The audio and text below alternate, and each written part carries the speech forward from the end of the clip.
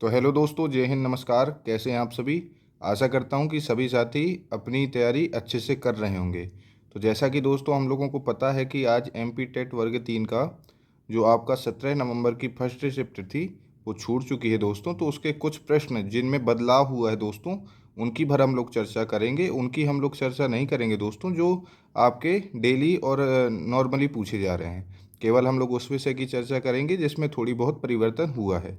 तो दोस्तों पहले मैं आपसे बात कर लेता हूँ ईवीएस से। जैसा कि आप लोगों को पता होगा कि रोज़ का यदि आप लोग एनालिसिस देख रहे होंगे तो ये समझ में आ रहा है दोस्तों कि जो ईवीएस है वो एक लौता एक ऐसा सब्जेक्ट आ रहा है कि आप ये मान के चलिए कि वो कोई पैटर्न फॉलो नहीं कर रहा है। जैसे कि मैंने कल की वीडियो में भी आपको बताया था और आपको एक स्ट्रेटेजी बताई थी कि भाई किस तरह से हमको पेपर को देखते हुए अपनी प्लानिंग को चेंज करना चाहिए, तो वो मैंने कल आपको बताया था।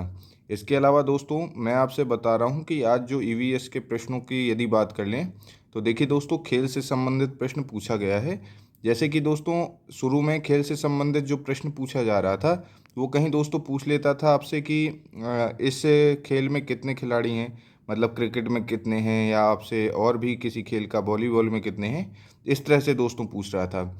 और प्लेयर्स पूछ लेते थे आपसे कि भाई कितने प्लेयर्स होते हैं, वही चीज़ हो गई दोस्तों। और आपसे अगर अभी की मैं बात करूं कि अभी क्या पूछा गया है, तो पूछा गया है दोस्तों कि टेबल टेनिस को जीतने के लिए कितने पॉइंट की ज़रूरत होती है। इस तरह का प्रश्न देखने को मिला है दोस्तों। एक जो हमारे मित्र के मित्र हैं जो पेपर देने गए हुए थे उन्हीं ने बताया है। तो टेबल टेनिस जीतने के लिए कितने पॉइंट की ज़रूरत होती है। इसके अलावा दोस्तों कोई नारायण है, कोई प्लेयर होगा, तो ये पूछा गया था कि ये नारायण किस खेल से संबंधित है। मतलब प्लेयर्स का नेम देकर आपसे खेल पूछा जा रहा है कि किस खेल से संबंधित है। देख रहे हैं आप लोग ईवीएस के स्तर को। इसके बाद दोस्तों वॉलीबॉल में कितने प्लेयर हैं, मतलब आज आपको खेल से संबंधित कम से कम 2 से 3 प्रश्न देखने को मिले हैं दोस्तों।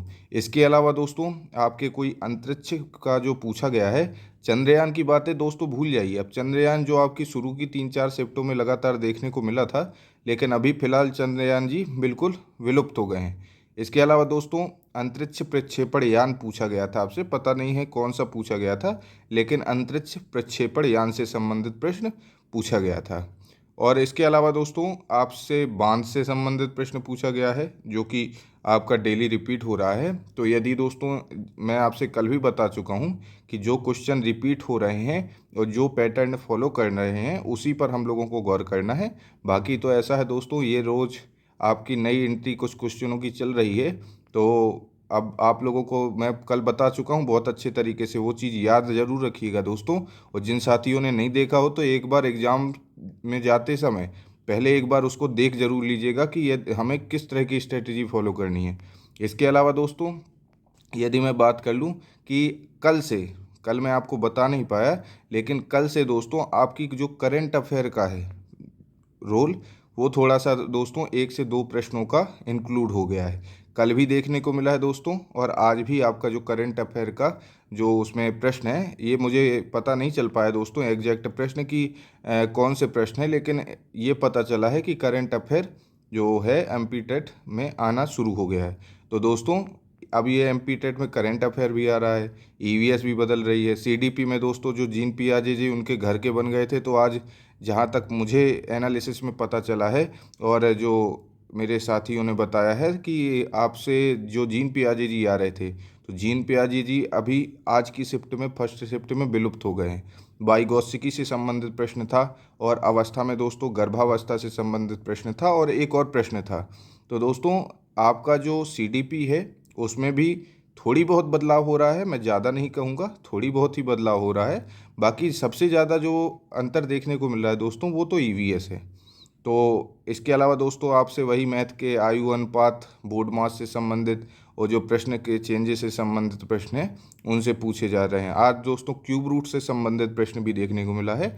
इससे पहली वाली शिफ्ट में द्विघात समीकरण से संबंधित प्रश्न था। बाकी दोस्तों मैं हिंदी संस्कृत की बात नहीं करूँगा, दोनों समास संधि और वही रस छंद अलंकार पूछे जा रहे हैं, कुछ नया नहीं है। तो चलिए दोस्तों आप लोग प्लानिंग और स्ट्रेटजी ज़रूर देख लीजिएगा, क्योंकि वो बिना उसके आप लोग अगर पेपर में सीधे बैठोगे तो हो सकता है कि माइंड स्थिर ना रह पाए। तो चलिए दोस्तों, मिलते हैं हम लोग अपनी नेक्स्ट वीडियो में। अपनी तैयारी अच्छे से करते रहिए। जय हिंद, नमस्कार।